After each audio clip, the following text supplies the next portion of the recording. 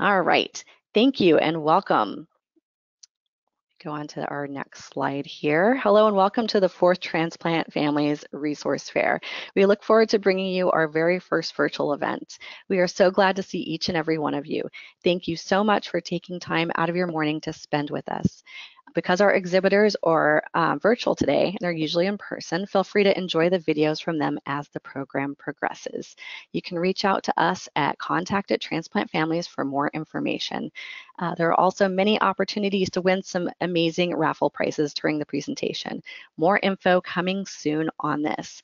First off, I'd like to introduce myself. I am Melissa McQueen, founder of Transplant Families. Before I start the presentation, I would like to go over a few notes. All right. If any point during the presentation you need technical assistance, please type your question or concerns in the chat window. If you have audio issues, you should be able to switch between using your computer speakers or phone if needed. In order to provide a high-quality webinar today and to avoid background noise, all attendees are on listen-only mode. Questions are encouraged and welcome during the presentation. Questions can be submitted via the questions box, which is located on your control panel. We'll be taking questions that are typed in the box during the presentation, so please submit questions as you think of them, and then we will address them during the talk. We will also be recording today's webinar, so you'll be able to access the information again at a later date. I believe I'm going to pop up a poll here to see how many we have represented for each type of transplant.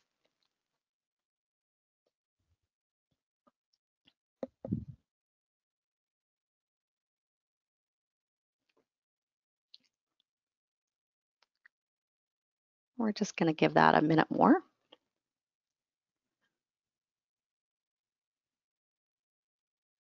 Great. I love to see the responses coming in. This is wonderful. All right. Just one more minute and I will kind of move on to the next slide while we are closing this poll.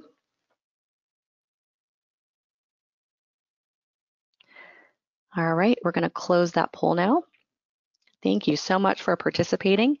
I'd like to thank all our pediatric transplant teams around the country. Our resource fair usually exists in our 2 biggest markets in-person support, which are Phoenix Children's Hospital and Lurie's Children's Hospital in Chicago. However, we would like to take this opportunity and thank everyone everywhere. We know we're supported all around the country and the world, but we've really had the opportunity and a chance to collaborate with most of the centers around the country, and we've just been humbled at the care each medical team puts into their transplant families. We want to thank everyone. We see what you're doing. We're so grateful for the work you're doing, especially now with all the COVID concerns. We're just grateful that you're there for us. We want to thank you to take care for taking care of us, and just thank you and let you know how much we appreciate you.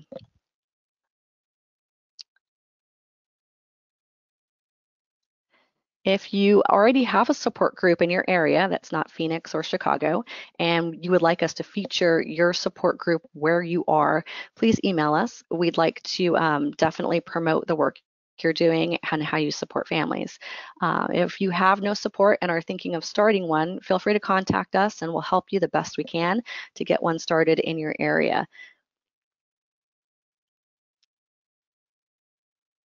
And today there are a ton of raffles. These are just a few of them. I imagine that everyone will get a raffle prize today. Just stay online and know that you're eligible for one of a ton of raffles. This is just pretty much half of what we got today. Over the last few months in anticipation for this event. We'll be taking names and email addresses at the end of the program and the post-meeting survey. So be sure to stick around to the end and you can input your information, and then we will contact you and for your raffle prize. So we're glad to have you with us today.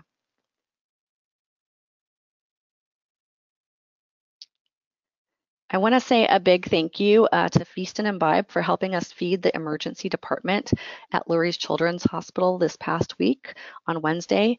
Hopefully we gave some of our frontline medical workers a small break and an amazing meal yesterday. Since we didn't use our typical budget to feed our resource fair participants, we just decided to go ahead and take that money and feed our emergency departments for both our Chicago area and Phoenix area hospitals. We want to make sure our healthcare workers are well taken care of. We also want to thank Intentional Foods in the Phoenix area for feeding our Phoenix Children's Hospital Emergency Department next Thursday. Thank you for always making nutritious and delicious food that is free of allergens. And they have fed our resource fair in the past, and all our participants absolutely love their food. It was fantastic.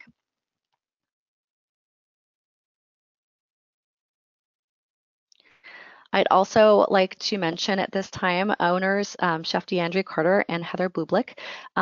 They are the owners of Feast of Imbibe, and they are also a donor family. They gave us permission to share a picture of their sweet boy, Avery. Avery's gift of life ended up saving many. His kidneys are a life-saving gift transplanted to a woman in her 30s. The cells of Avery's liver, called hepatocytes, pardon me if I got that wrong, were processed as a bridge to save the lives of babies who are yet too small for a liver transplant, and he donated heart valves and cartilage. Avery is definitely a hero on earth and in heaven. Thank you, DeAndre and Heather, for your continuous love and your gift of generosity and so much. We appreciate how you support us transplant families and the greater community. Thank you for the work that you do.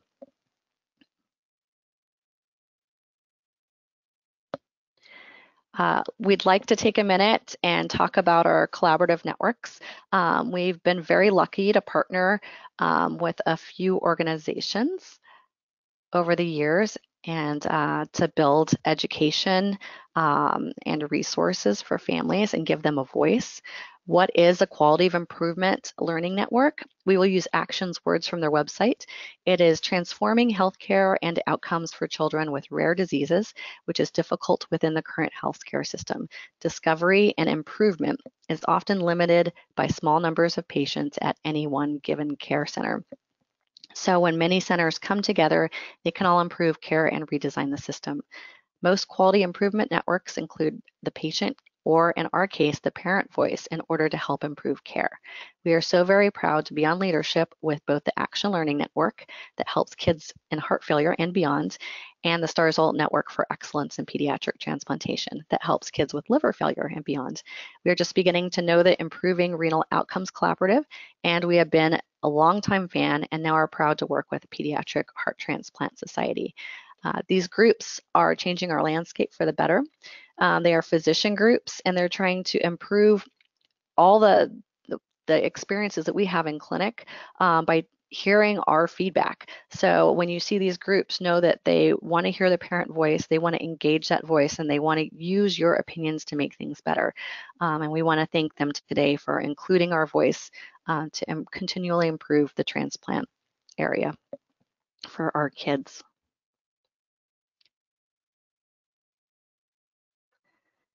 Speaking of collaborations, we are so privileged to have had a successful town hall this past week on Wednesday that covered the COVID-19 concerns for our pediatric transplant population. We had 700 sign up and 450 parent advocates join us to ask some very thoughtful and engaging questions. We are especially grateful to distinguished provider guests. Thank you for your dedication to our children and all of our families. We invite you to view the replay on our YouTube channel, which we will have a link to in your documents section. So if you go to your handout section, you'll see a document with the YouTube link and all upcoming events to celebrate National Pediatric Transplant Week. We hope you'll visit that and go check out this webinar. It was really insightful and informative. We were so fortunate to have just such talented doctors and nurses, social workers on board to help answer questions. And we will also be sending a link to all our resources after the presentation.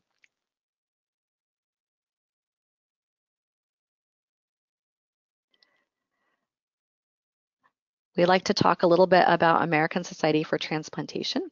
Ever find yourself wanting to advocate for transplant on a broader scale?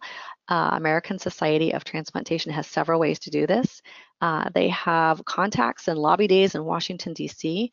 to help on transplant-related issues like living donorship, They recently advocated for medications for kidney transplant families, and they have done a series of town halls for the entire transplant population for the COVID concerns recently. So check them out. They're on Power to Save. They're a link on our website, and I've included the link for patient information here.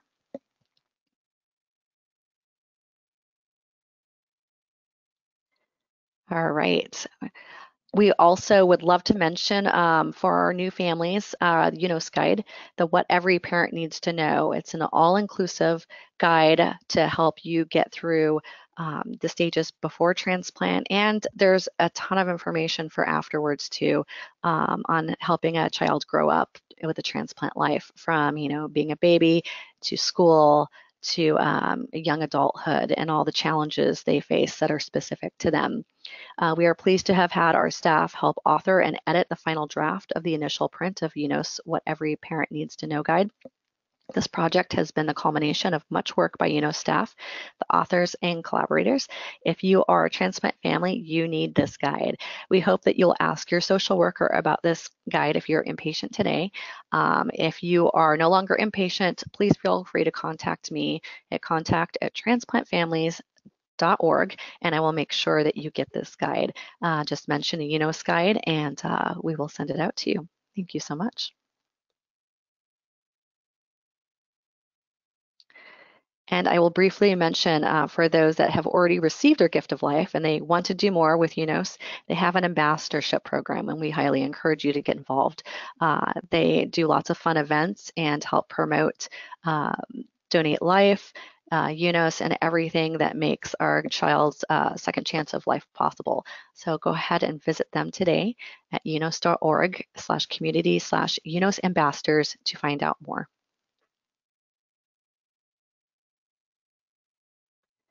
All right, now on to one of our highlighted supporting organizations. I would like to talk a little bit about some of our groups that are usually there in person, but we're lucky enough to have some of them here today to speak with us.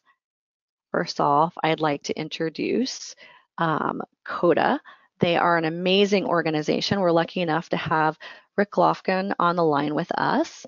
Let me make sure that I'm going to open a poll for the group first to ask if you are currently a CODA family, and let us know, because we'd like to know if you are a CODA family. If you're not, that's okay. We're going to go ahead and tell you a little bit about it.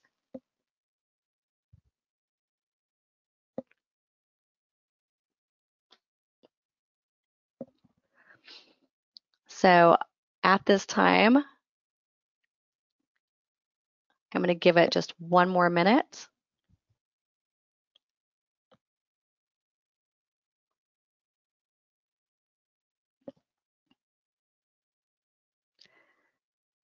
All right, we are going to close the poll. Thank you so much for participating in that. And at this time, I'd like to welcome Rick Lofgren. Let me make sure that. Good morning, Melissa. Good morning. How's it going? I'm doing very well. How about you? Great. Thank you for joining us today. We have the poll results. Let me go ahead and share that. And it shows that 20% are CODA families and 80% are not. So we'd definitely like to talk about some of the great resources. I'll go ahead and start off really quickly with our experience. When we first were a transplant family ourselves, when we first came into transplant with my son Dylan, we were just beside ourselves with the cost. I'm sure everyone on the line can agree. It's millions, literally millions of dollars. And my husband he often tells a story of how we're like, well, I guess we'll have to move to escape these debts. But it doesn't need to be that way. There are many organizations that are out there that want to help with transplant expenses. Everyone, the hospital, CODA, they understand how tremendous the financial pressure is with this. Rick, can you tell us a little bit about CODA? Absolutely, Melissa. We are a national organization and we help children and young adults who need a life-saving transplant, and we provide fundraising assistance and family support. What that means in terms of what we do is we set up fundraising campaigns to benefit each of our families in their communities, whether that's in their hometown or, for instance, for a lot of our military families, it's communities all over the country. But we help raise money to offset those costs that a family will have for transplant. And I always like to highlight a particular family just to kind of illustrate this. My board chairman, his daughter had a kidney transplant about a year and a half ago, and one of her older brothers was her donor. Even though insurance covered most of the cost of the transplant itself, while Kara was inpatient, her family had more than $1,000 in out-of-pocket costs that were simply for parking, food, and gas going back and forth to home, which was less than 30 miles from the hospital. So in their case, that $1,000 is what they had to pay in that first month following transplant. About the same time, Melissa, when that occurred, there was a poll that was in USA Today, and it said that $1,000 unexpected medical expense for 50% of Americans would devastate them. So our case with our board chairman, they were able to take care of that, but had that gone on for additional months, that would have created some additional hardships for that family. But for most Americans, that would be a very difficult thing for them to be able to help with. Absolutely. I know for our story ourselves, we were traveling for our transplant. We didn't have a transplant center in our area at the time, so we can definitely identify with those military families. It's so difficult. And you said there are two types of fundraising. You can do it in your community where you are. You never put the burden of fundraising on the transplant family. You always designate kind of someone that does that for them. And so that's wonderful to be able to focus on your child's health and not worry about the burden of fundraising is fantastic. We definitely appreciated that as we were out of state and had to designate someone that was in Phoenix to help us at the time. So that was very, very helpful that we could focus on Dylan's care. Do you want to speak to the process of going through and signing up to be a CODA family? Absolutely. Well, typically parents learn about CODA's services either by talking to another parent, much like we're doing on the webinar today, or by doing an online search. And for those families that are on the webinar today, the best way to check us out is to go to our website at cota.org. And there are a number of resources there. But the place that I would recommend that you start if you're getting into this process at the starting point is to go to that cota.org/get-started, and that will give you a great deal of information, including how to organize a volunteer team. And we take care of that process, but just to give you an idea as an overview, we also have a transplant expense estimator that will help you look at not only what are those costs that you need as a parent going into the transplant, but what are some of those costs that you might need post-transplant. And as you mentioned, Melissa, trying to not only navigate going back and forth to another state for your transplant follow-up visits, but all the medications, all the clinics and lab draws, and all of those things that go into the transplant that really are a lifetime of expenses and not simply how do I get my child through the transplant and back home again. But we walk families through that process to help make that less scary and to be able to show you how we do that. And as you noted, we do that with volunteer teams. We try to keep mom and dad focused on their kids and really not having to worry about the fundraising process at all. But we provide all those services at no cost to families. And what we do is work with your volunteers to raise those monies. Now, during the period that we're in with the pandemic, we have a lot of resources that can be done without having face-to-face activity. So for those families that are wondering, how can you raise money right now, we have a great number of resources that can make that very possible and very successful. I'd like to add on to that many transplant families out there, um, you think, oh, I don't want to burden my friends and family with this, but they want to help. they're sitting around you and they're feeling powerless, to not being able to help their good friend, knowing that you have a child, an end stage organ disease and dying, and they want to help you. So this is a great way that they're able to do something small to contribute to the cause.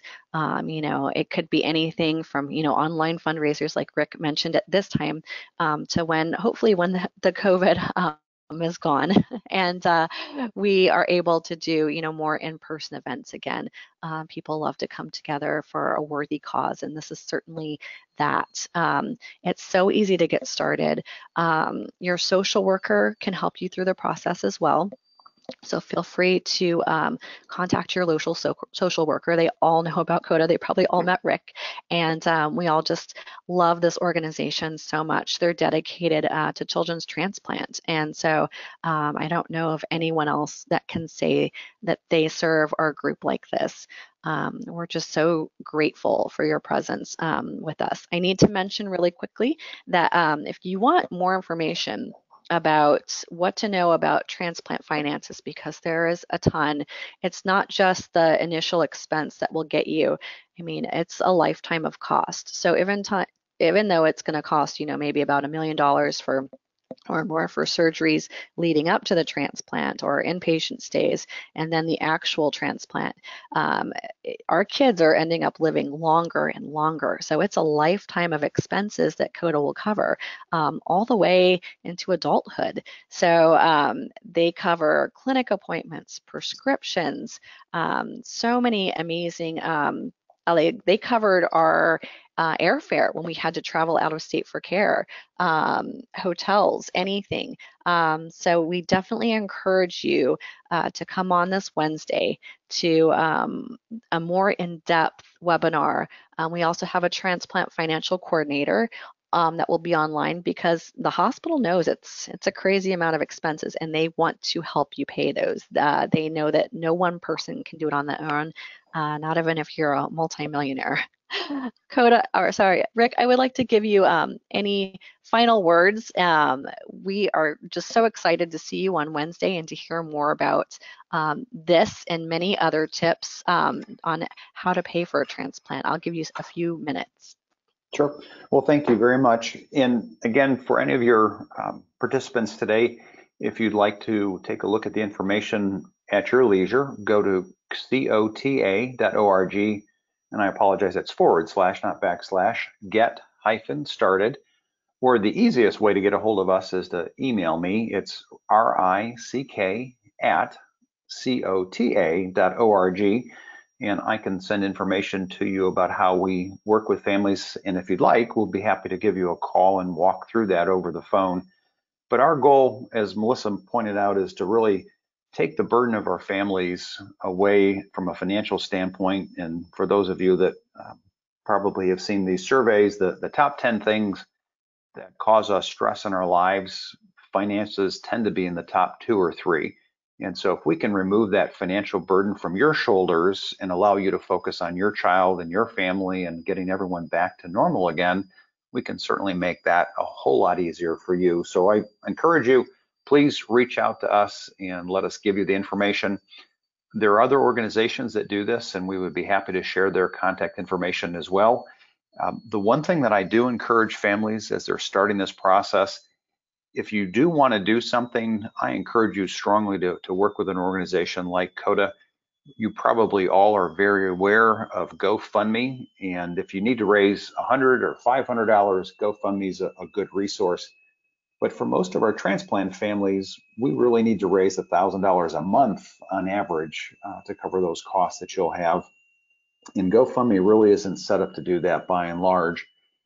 One of the other things that we've discovered over the years is that because GoFundMe is not a nonprofit, the money that is raised in that fundraiser actually goes into your bank account and is considered taxable income.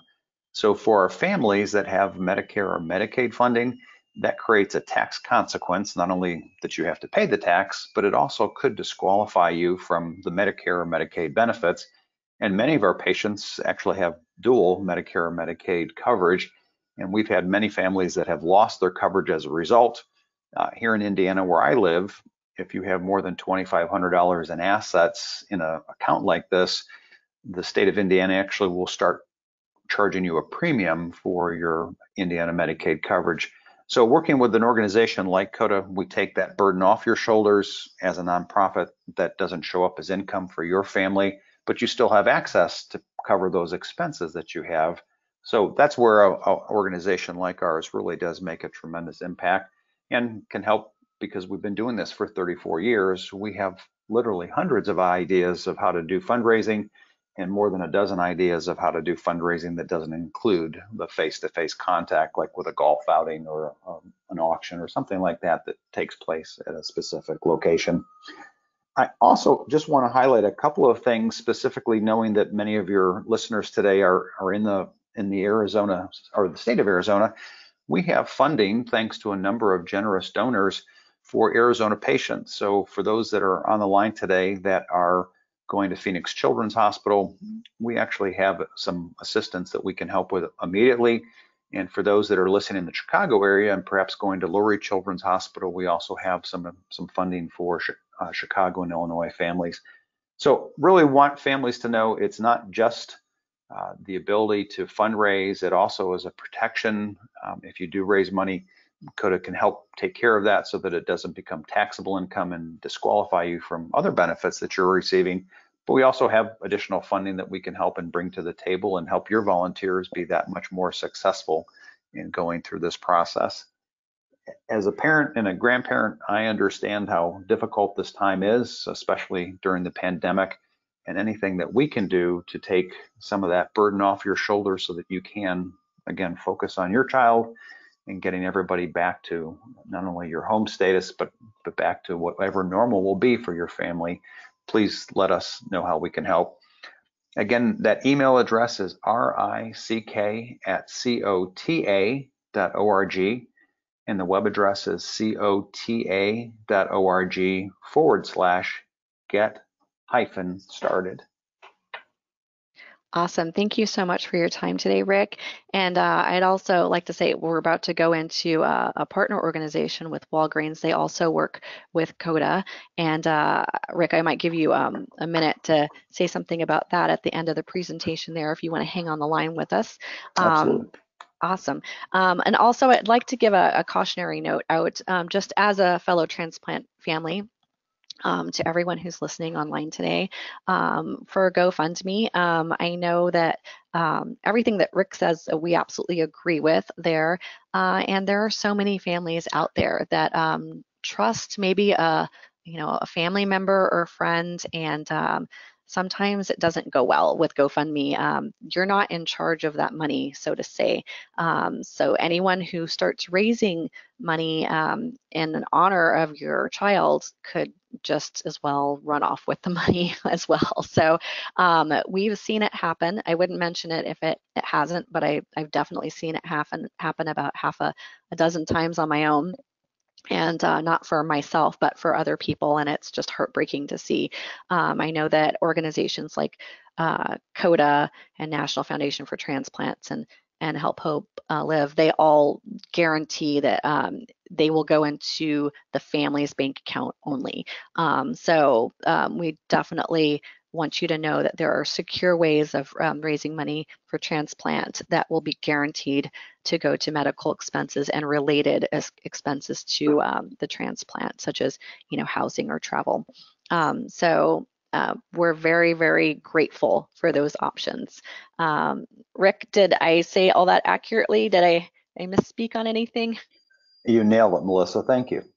Thank you so much for being with us. I'm going to walk through our next organization right now, and I will ask you for commentary afterwards. All right. Now I'm happy to say a few words about Walgreens. They're usually with us in person for our resource fair, and they're just wonderful. I'm going to pop up another poll at this time, and let's see. Just a minute. All right, here we go. So we're going to ask about your medications at this time. Where you receive your medications? Is it through your insurance? Is it Walgreens? Is it CVS? Is it your children's hospital pharmacy? Feel free to click an option and let us know how you receive your medications at this time. Go ahead and let that go on to about 30 seconds here. I'm seeing a good distribution amongst all avenues. All right, I'm going to go ahead and close this poll now and share.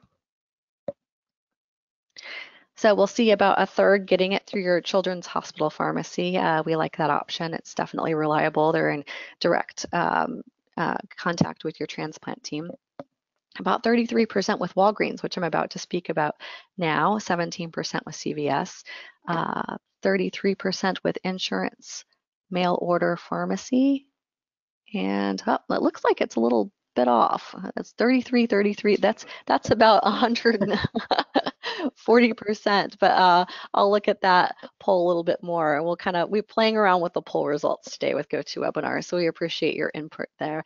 I'm going to go ahead and hide this now and talk about Walgreens. All right. So Walgreens is a specialty pharmacy. They have transplant pharmacy specialists that are there to talk to you.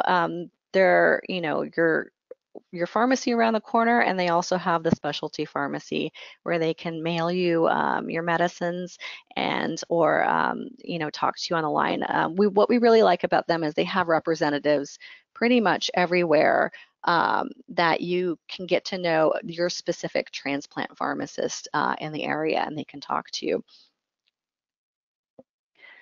They have, like I said, specially trained transplant pharmacists to help you with the specific needs that you may have as a family, especially with the suspensions.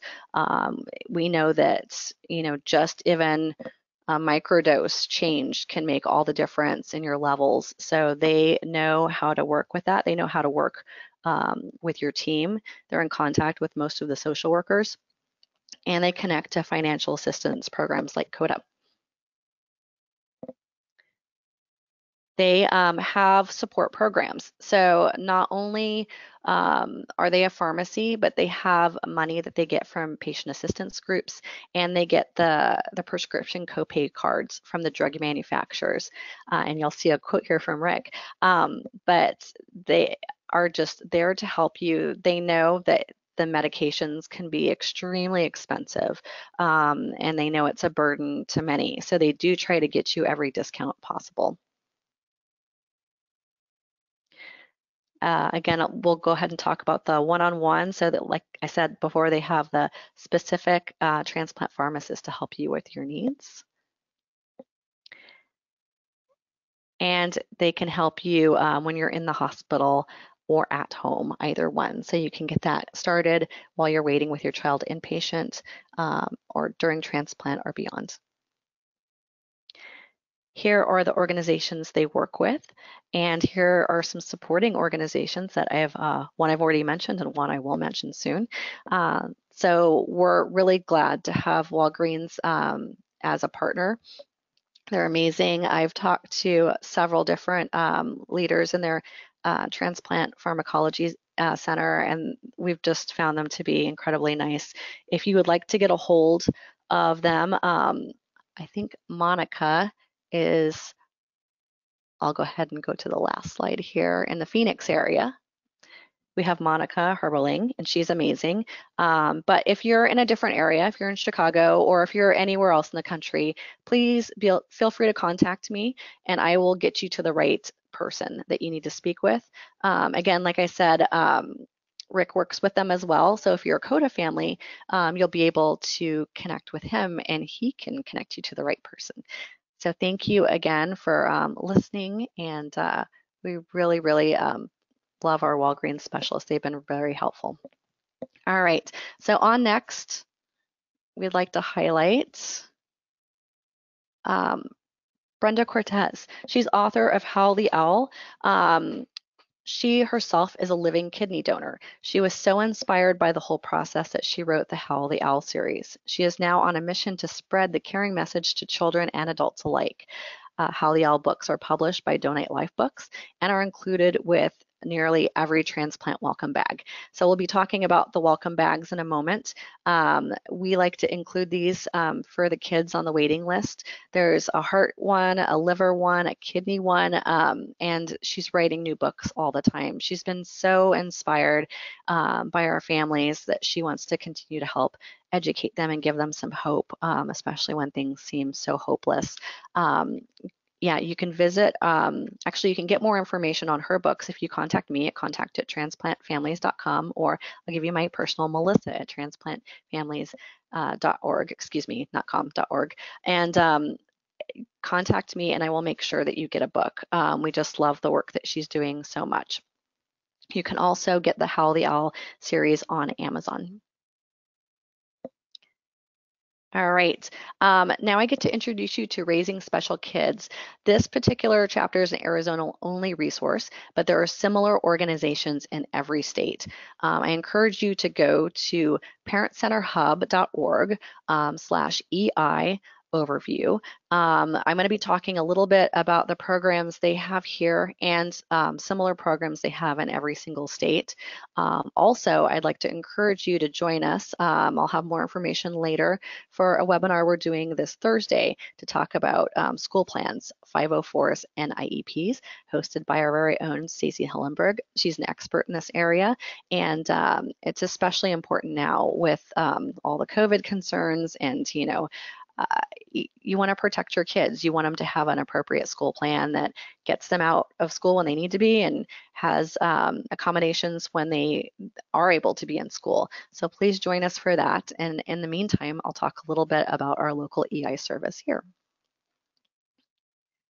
Raising Special Kids exists to improve the lives of children with a full range of disabilities from birth to age 26.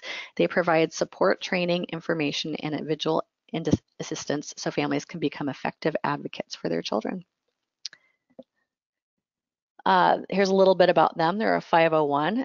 They're staffed all with family members of children with disabilities, and I can say that's the same for a lot of other organizations around the country. They support families. They have both Spanish and English speaking staff, which is fantastic, and they provide essential resources for families in a confidential environment, and it's no cost. They have a parent mentor program. And we especially like the special education consultations training program. It helps you be able to help your school administrators and talk to them, your child's teacher, about what accommodations they need in the classroom to help them be successful. And it has education and coaching for parents. They have an early intervention program that helps kids from birth to pretty much elementary school aged. That referrals can be made to your local departments of health. And here in Arizona, it's called AZIP, with central referral. And they have a service coordinator from therapy agencies assigned to your child that will call you within 2 days after receiving the referral. There's the contact information on the screen. Again, this is the contact information for the Arizona chapter, but we encourage you to look at the Parent Center Hub location for areas all around the country. Usually Nanette's our speaker with that one, and she is so wonderful. She's been an advocate for our families and does our training locally for that. Now I'm going to go ahead and move on to one of our favorites groups, which is Make-A-Wish. Those that have already taken our Make-A-Wish can tell you it's really an experience of a lifetime. From the beginning of meeting your wish granting team to seeing the actual magic happen and how it impacts your wish kids and their siblings is nothing short of amazing. I'm going to go ahead and share another poll at this time.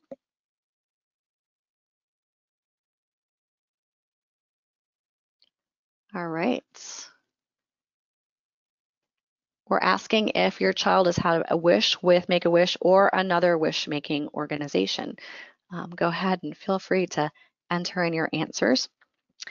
Because all of our kids are medically critical enough to require a transplant, they all qualify for a wish at some time or another. You'll need to talk to your social worker about details on how to make that happen. But we thank you for providing wishes for all transplant kiddos. And then we're going to show a short clip of a child receiving their wish after we close the poll. All right, we have 100% voting. I'm going to go ahead and share that now. We have 71% who have had an amazing wish granted, and you probably know the value of that wish, that it not only helps your child, but the entire family who goes along with your child on this journey. And, you know, we all are at the hospital, we all experience loss and hardship and sadness, and this is one way to kind of alleviate that and give hope. So we're very thankful to Make-A-Wish America and our local chapter here, Arizona, and in Chicago, I know they have theirs as well. And they've been just wonderful assets. We talk to them often, and they're great people. So if you have not had your Make-A-Wish, we definitely encourage you to talk to your social worker to make that happen. All right, I'm going to go ahead and play the video now.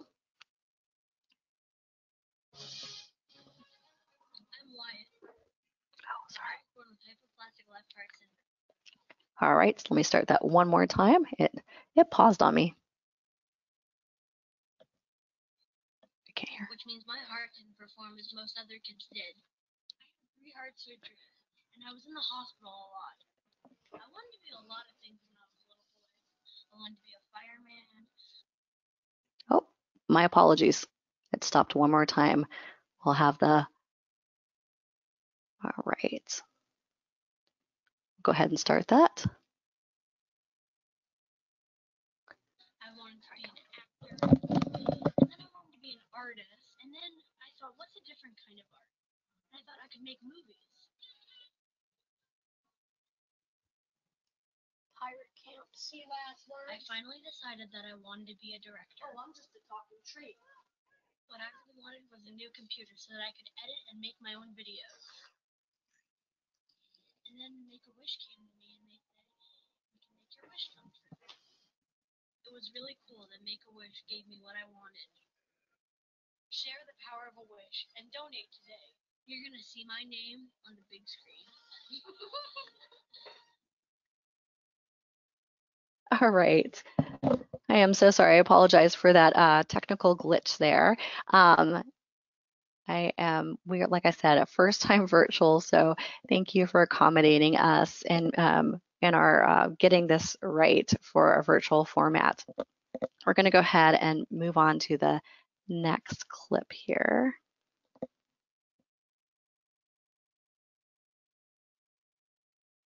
There we go. Great. We have one more video to show for Angel Flight West. They're usually in-house too. They have been so generous. They are offering 2 experiences to our Arizona families only. They have the person that was supposed to be with us and presenting also has a flight simulator, a real flight simulator, and he has 2 of those packages to give away to our Arizona families, or if you want to fly out to Arizona, business there. But we are so fortunate for that very generous donation for 1 hour in a real flight simulator.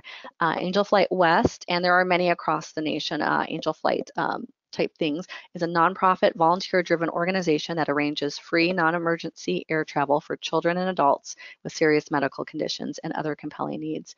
Our network of 1,400 pilots throughout 13 Western states donate their aircraft, piloting skills, and all flying costs to help families in need, enabling them to receive vital treatments,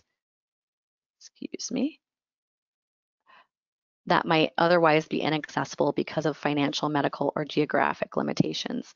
Read more at angelflightwest.org, and then we're going to go ahead and show a brief video. This one's shorter, and hopefully I get better at this with time moving on. A small child, wrapped ravaged by cancer needs specialized, life-saving treatment at a hospital 300 miles away. A father, separated from his family by a hurricane, wants desperately to be reunited. A domestic violence survivor longs to start a new life in another city. What if that small child, father, or domestic violence survivor can't afford travel costs or time off work? How do they access the help and hope they need? Fortunately, there are some angels to help, angels with aluminum wings.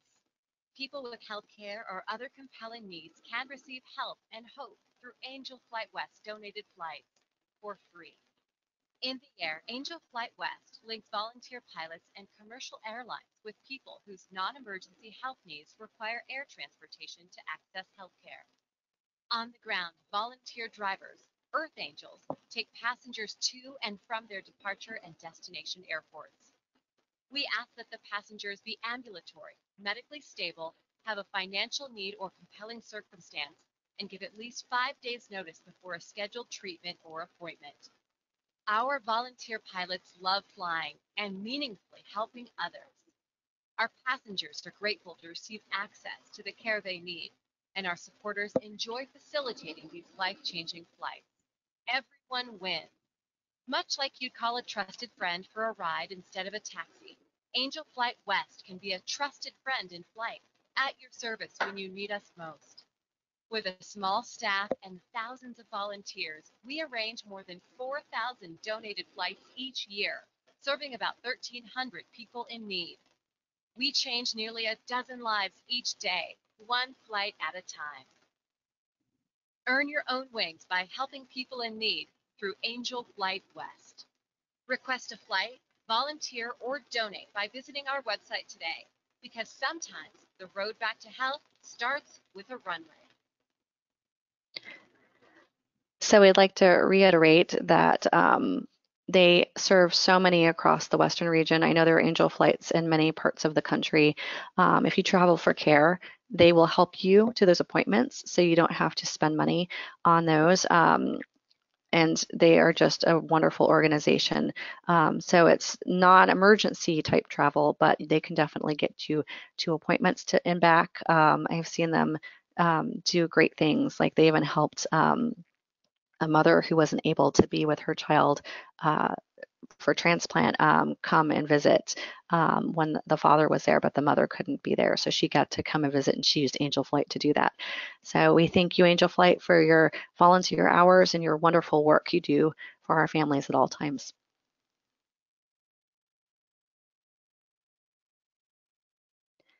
All right, so now we'd like to just quickly mention some of our pre and post-transplant supports. These are groups that we work with often. You probably will see a few of the organizations you worked with prior to transplant. The heart organizations that we work with often, Children's Cardiomyopathy Foundation, you'll see that we're co-sponsoring webinars later on this week with them. They've been a wonderful support. Our family, my son was a cardiomyopathy patient, and we are a cardiomyopathy family. We like to call ourselves that because we support Dylan and his effort. We also work often with Sisters by Heart. They support hypoplastic left heart syndrome, of course, Mended Little Hearts, and Conquering CHD. Thank you for supporting our heart transplant warriors. For liver, we're so proud to offer liver families this resource. We've just gotten in touch with Jasmine, and of course Jen Lau, she's on our board and also working with liver families for liver mamas. So get in touch with this resource. And this link that I've put on there is a link to their new mental health resource guide to help you during those challenging times. We encourage anyone to go visit the mental health resource that's a transplant family, but we especially encourage liver parents and families to go visit this group. They are just amazing, very supportive and welcoming. Thank you so much, Liver Mamas, and we encourage everyone to go to that website.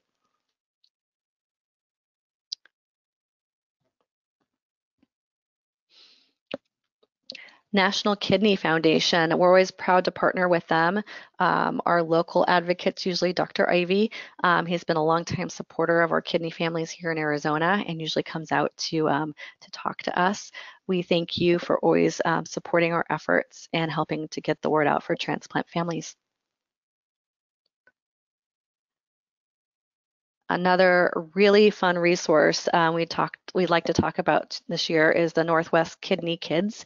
They have a camp, but this year they're also rolling out a transplant pen pal program for National Pediatric Transplant Week, and it's national, so anyone else can participate. You don't have to be in the Northwest section of the United States, although that's where they specialize.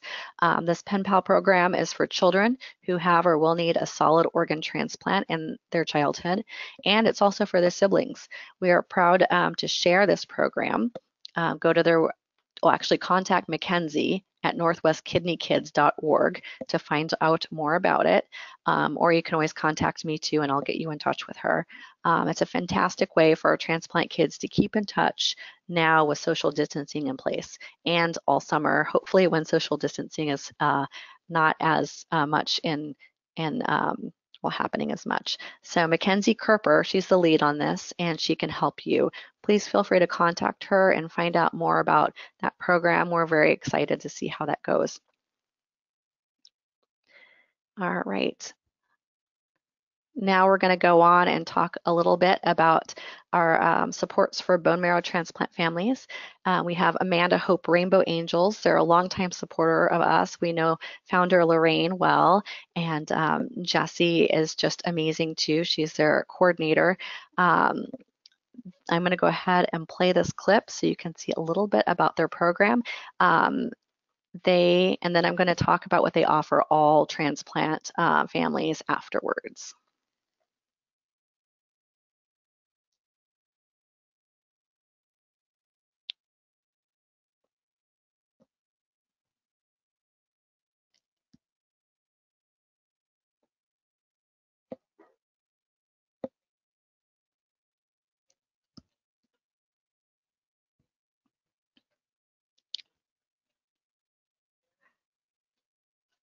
Okay, my sound person has told me that this one doesn't have sound, so I'm going to go ahead and talk about them. Thankfully, we prepared for this, and we have a slide for them.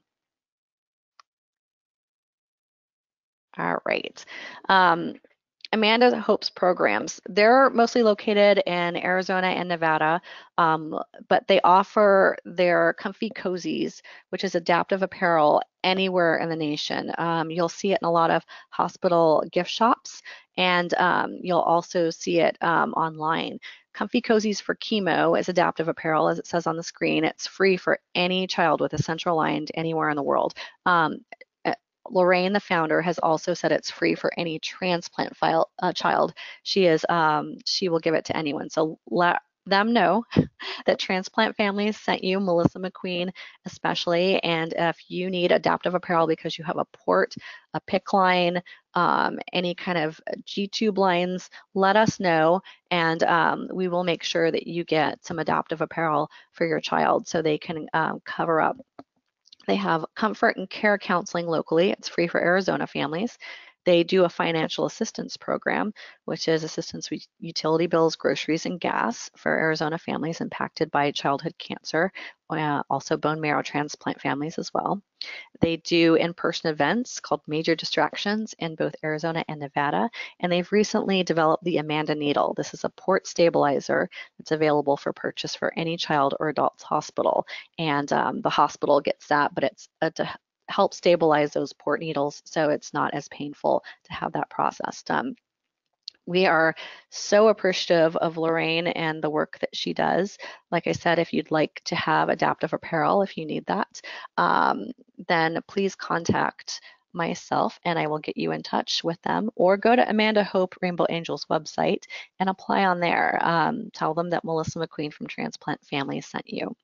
I'm going to go ahead, and there was a poll earlier that we took and we didn't share. So we're going to go ahead and share that now. Since we're at the end of our support organizations. And I'm going to share which type of transplant do you have. So today we have mostly heart, kidney, and liver joining us. We want to welcome you for joining us today. Usually when we're in person, we have a mix of almost everyone. And occasionally we'll see the rare lung transplant, and we welcome you if you're here, if you've logged in since we've had the poll.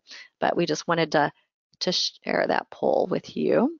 And now I will move on to support in many states. If you haven't heard about this next one, you're in for a treat. They're one of our favorites, Hope Kids. If you haven't heard about them, they're just so awesome. They are providing a grant for an upcoming Mom's Night Out in the Phoenix area. They were supposed to provide some of the special giveaways for the in-person resource fair, but we pivoted and instead they are going to support a future Mom's Night Out. They have grants available if you're in one of their areas, which I'll list in a minute, for all kinds of gatherings. So I encourage you to check out their website, hopekids.org. Hope Kids, their benefit is providing events for medically critical and transplant kids because when all the medical bills come calling, it's hard to think about how to pay for the fun stuff. That's okay. Hope Kids partners with sports teams, museums, movie theaters, and so much more to provide free events for our kids and family. And they consider the family part of the group that comes along for this journey as well. Become a Hope family if you're not one already and fill out the application on their website. I'll play a couple of clips to tell you about Hope Kids Vision and all the amazing events they have. And they are currently in Arizona, Colorado, Minnesota, North Texas, Kansas City, and Tennessee. If you are interested in having a Hope Kids chapter in your area and you don't currently, also go onto their website and let them know. They're always looking at new places to open up. So with that said, I will go ahead and move on and play this quick clip. Hopefully this one will do a little better by us. There's no easy way to put that your child has a life-threatening illness that has no known cure. Cystic fibrosis, it's a daily grind. My boys have a very rare form of cystic fibrosis. And so they will use a vest or an airway clearance system, and it helps loosen up their lungs. When we got the diagnosis for our boys, there was sorrow, there was anger, there was disbelief, a lot of sadness. It was awful. It was awful.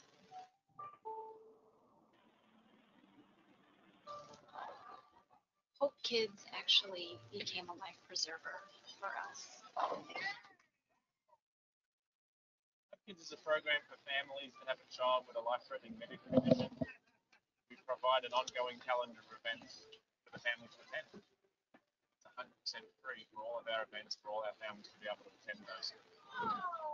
Concerts, live theatre, movies, we do sporting events, the zoo, the circus, the state fair. The list just goes on and on. This is an event that was provided by Hope Kids. We went to a Timberwolves game. I got to meet Kevin Love and got to hang out with Timberwolves. I remember one time where my mom took me to school a little late, and we went right past the school, and I was really confused. You are going fishing with Glenn Perkins, the pitcher of the Minnesota Twins. What? Yep. Oh my gosh. Yep, thanks to Hope Kids. It was one of my best days of my life. Lord, thank you for this day. Thank you for Hope Kids. Hope Kids is priceless. Hope Kids presents awesome activities for my kids to be kids.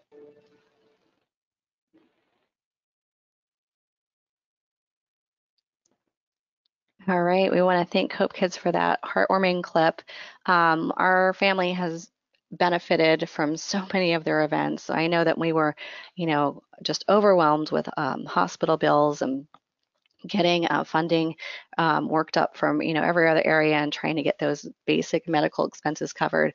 We didn't have money for much else, so it was definitely a benefit to be able to go to a hockey game, or when the kids were younger, the children's museum. They had special days where the children's museum would wipe everything down so that our immune compromised kids can go in there and enjoy that area and not worry about having to be around germs. They've done fun things with lots of different partners, like I said, with sports organizations, museums, concerts. They even have parents' nights. They are just a wonderful, wonderful group. And we hope that you'll visit them if they're in your area, or if they're not and you want them in your area, you'll contact them. Or if you know of an organization like Hope Kids that's in your area and you want us to promote them, please let us know that as well. We're just so grateful for those moments that we all share as a family, as I'm sure so many of you are. All right. We had another Hope Kids one, but I'm going to go ahead and move past that one because the prior clip was really what they wanted us to play.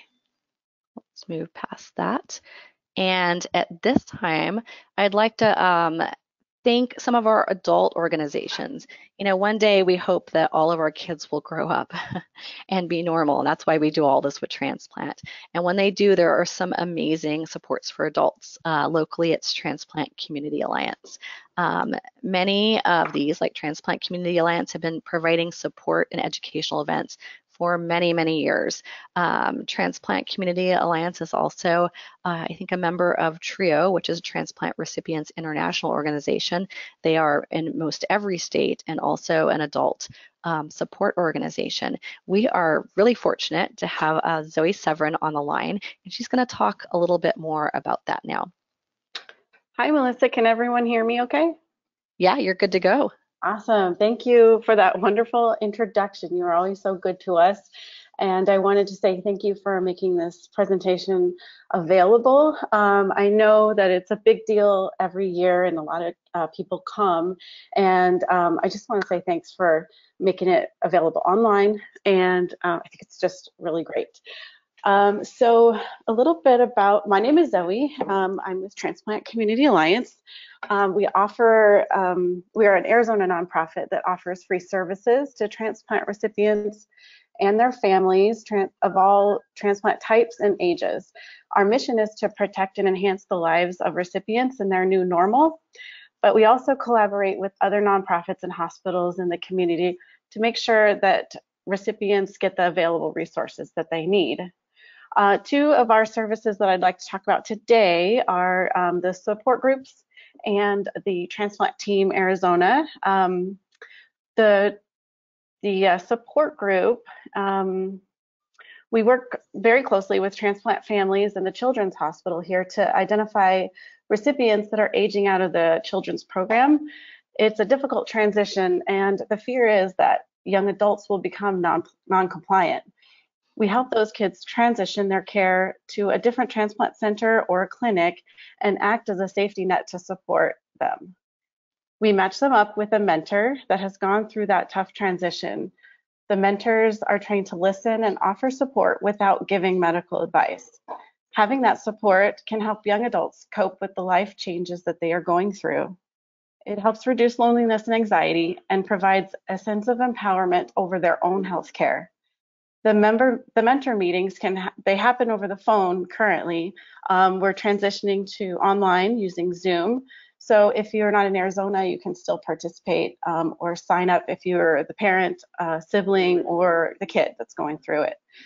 And then moving on to the Transplant Team Arizona, we sponsor our members at the Transplant Games of America. And if you're not familiar, there we are. If you're not familiar with the games, they are a festival-style event produced by Transplant Life Foundation for individuals who have undergone a life-saving transplant.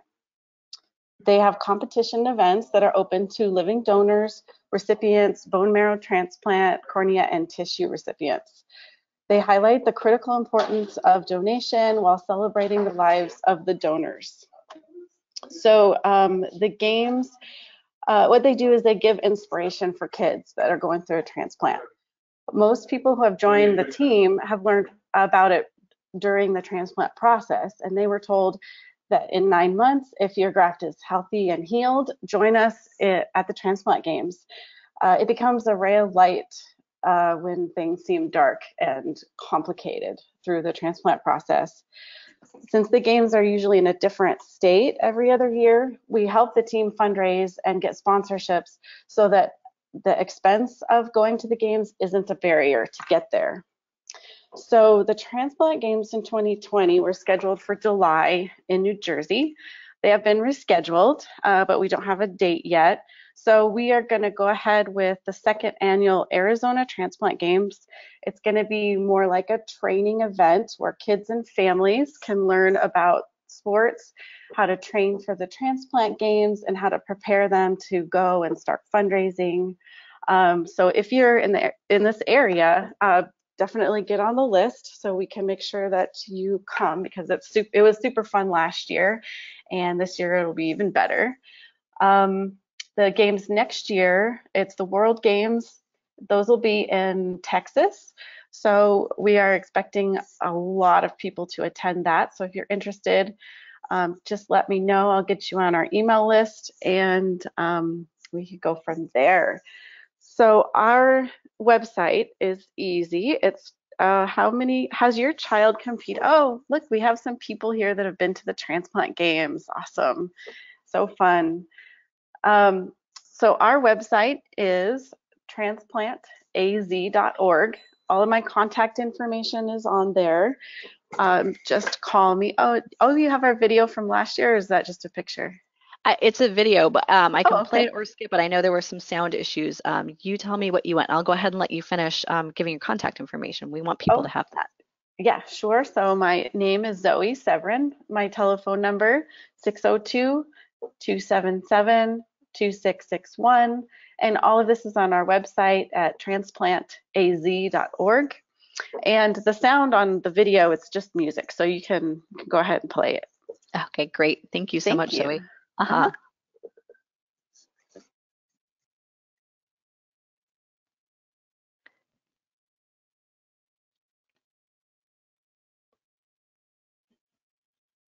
So we did a fun interview at the last games with all of those are our team members. There's Dylan.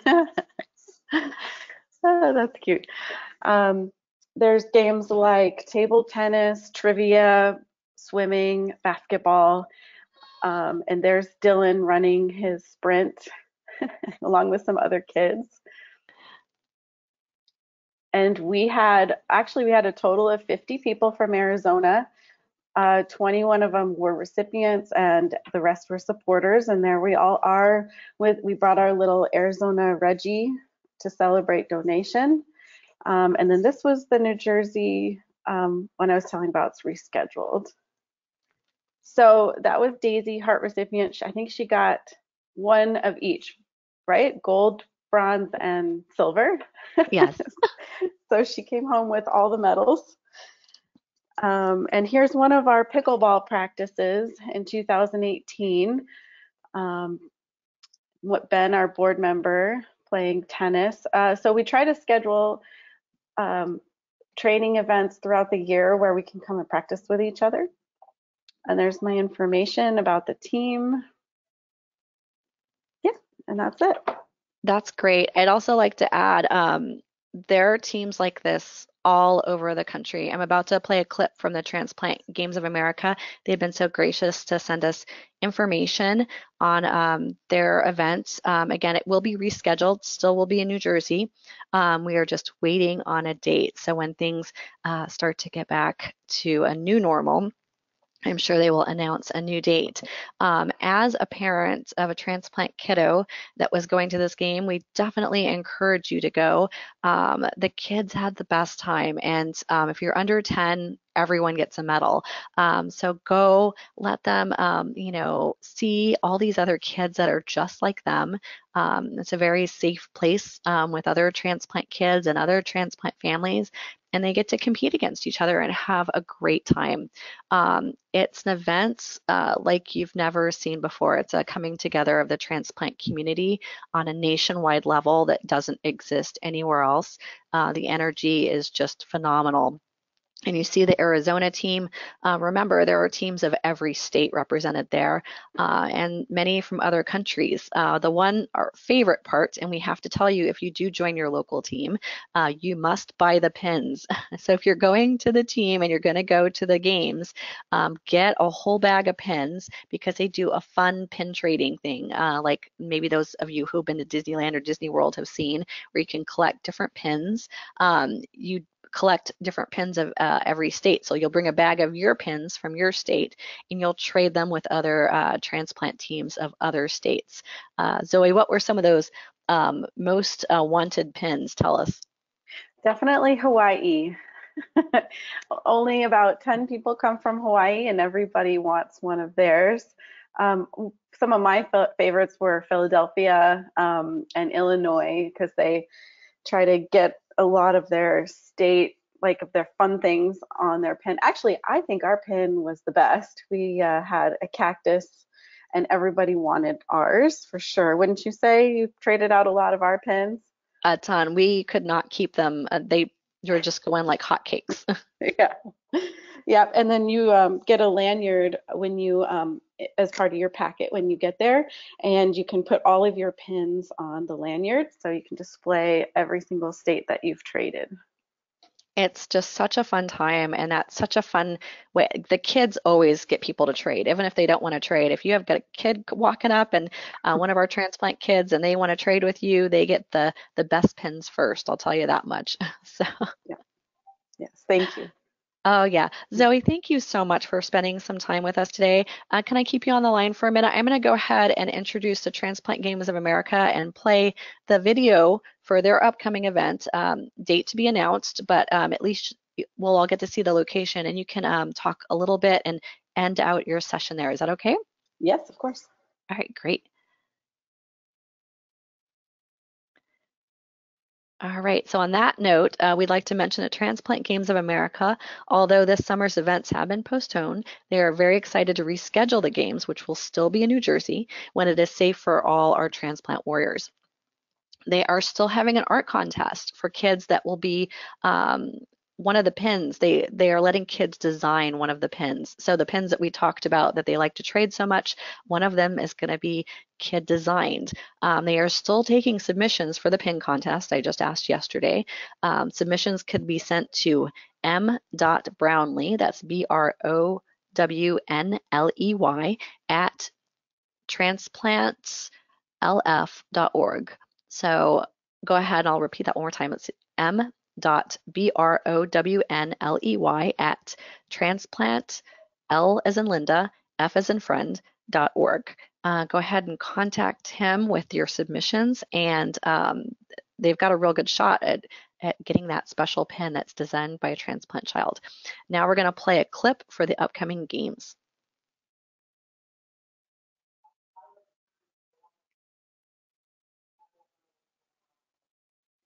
Over 8,000 square miles of swag, over 9 million people of passion, and 231 years of being the state that has it all. Seaside, mountainside, farmlands and meadowlands, old blue eyes, the malls, the attractions, the tables, and the best slice on either side of the Hudson. This is Jersey.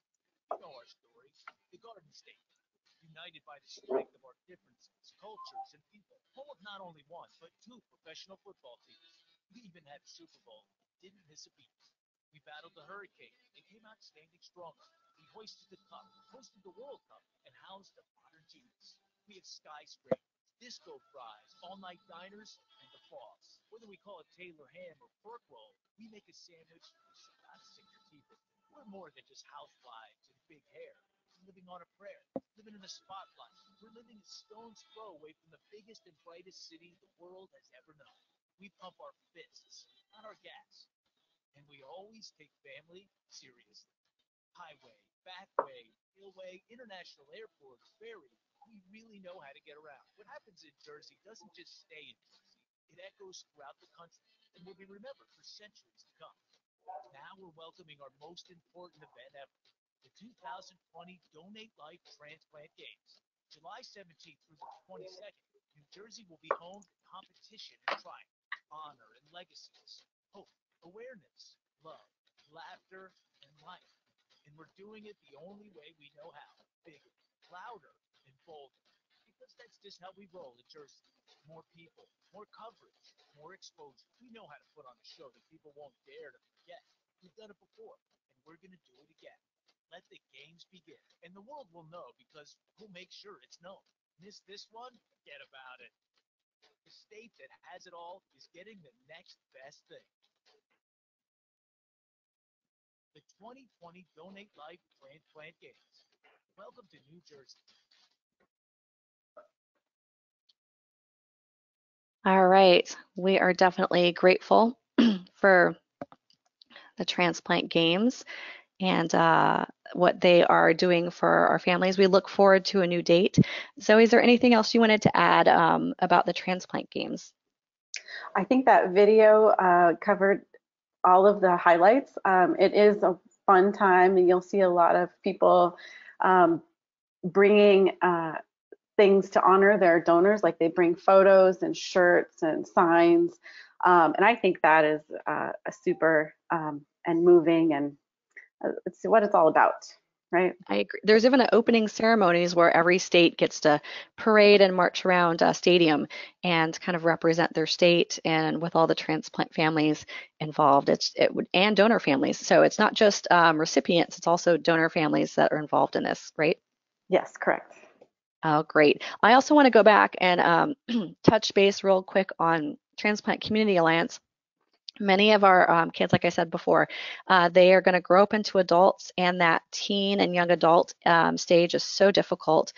We hope that when your kids are that age, you'll contact Transplant Community Alliance or one of its other sister organizations in another state to get your child connected. A lot of them have young adult programs and transition. We also have a webinar that we have helped host with Children's Cardiomyopathy Foundation.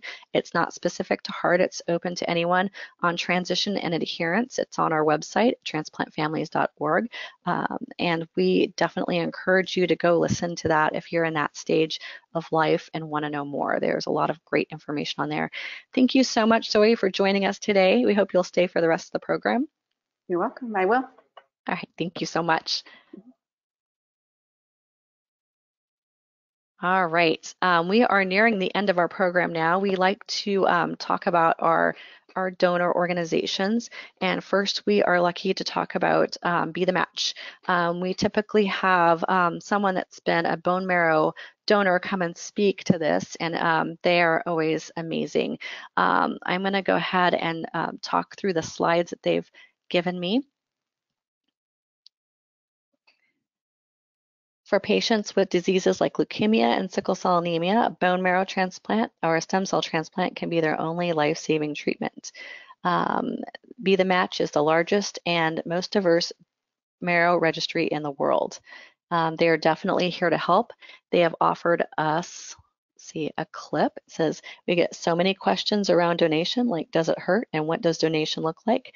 And here's a clip of their hero, Lauren, who's a bone marrow donor.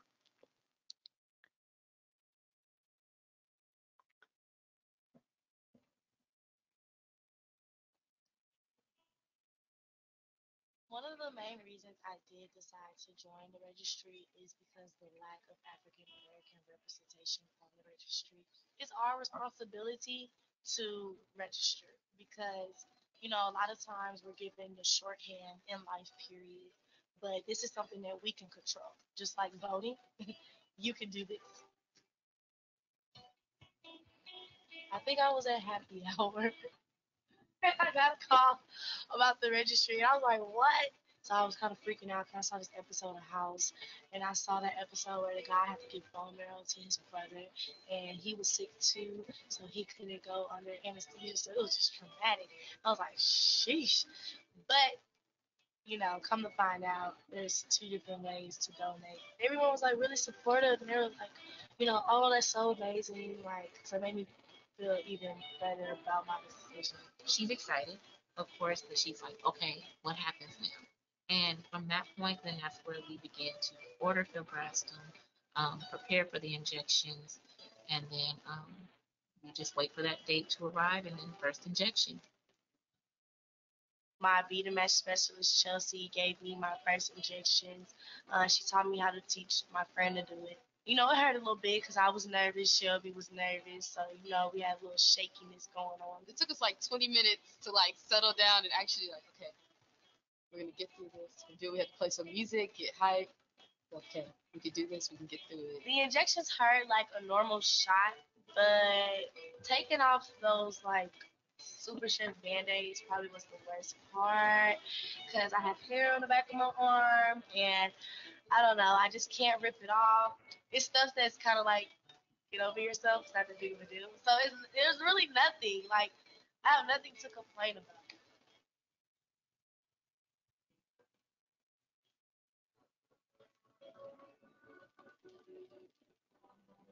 I think she saw the big picture, like she's saving someone's life. Like nothing was gonna stop her from saving that kid's life. She made it through anything, band-aids and all. Like Person I've donated to this 1-year-old boy. He's probably seen more needles in his life than I ever have. I just don't see how me, a 21-year-old grown woman, could just act so scared when he's so brave. So that's just what I think about. I just think about if it was your child. Think about if it was your sister. Like, don't let fear be the only reason that you don't help someone or save a life. I mean, I can say a lot for her because I've had donors who came here, did the whole process, and then sent me a text and said I can't. So for Lauren to be her full of personality but do what she said she was gonna do, I can expect it and I can handle it.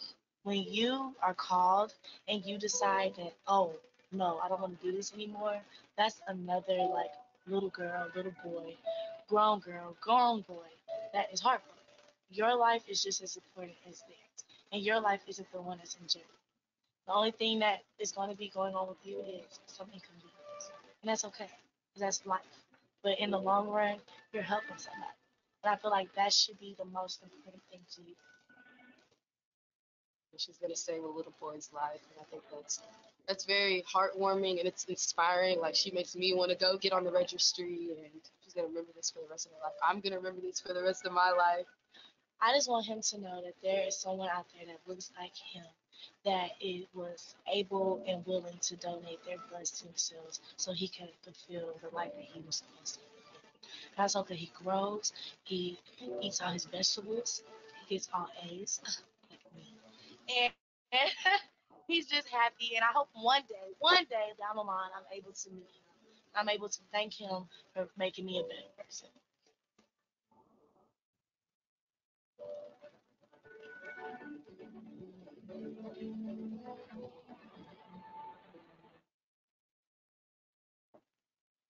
Wow, that was amazing.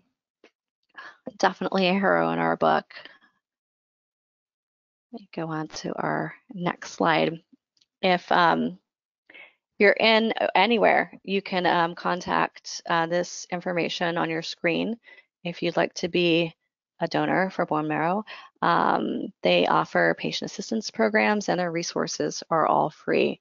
And you do save lives when you do this. So we definitely encourage you to contact them.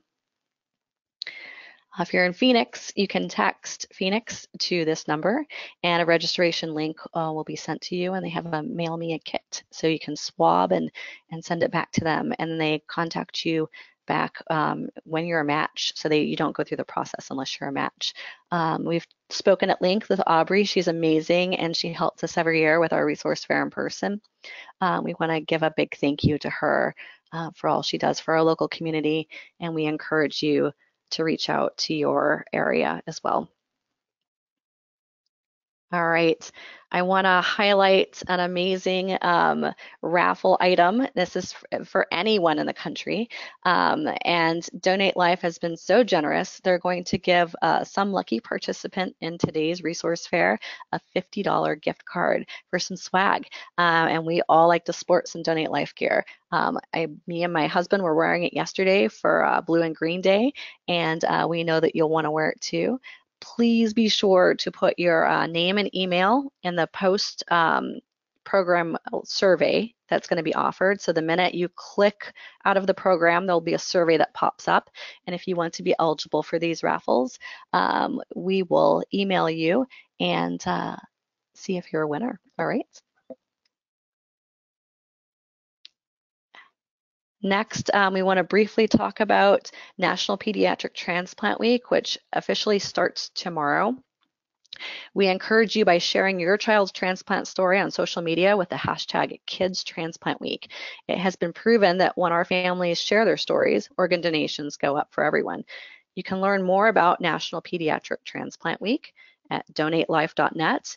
Pediatric Transplant Week. We encourage you to go, and you can download the kit and share this graphic on your page for your social media, and definitely share your stories with hashtag #KidsTransplant It's such an inspiration to us and so many others, that one that might save a life.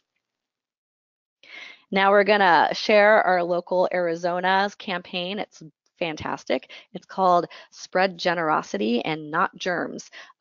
They have a nifty handout that we've included in our handout section. You'll want to download it. It has this graphic, and it says, I am the parent of a transplant recipient. So please feel free, to share this graphic because I know we not only need that now, but we usually need this campaign at all times during the year. The Spread Generosity, Not Germs campaign.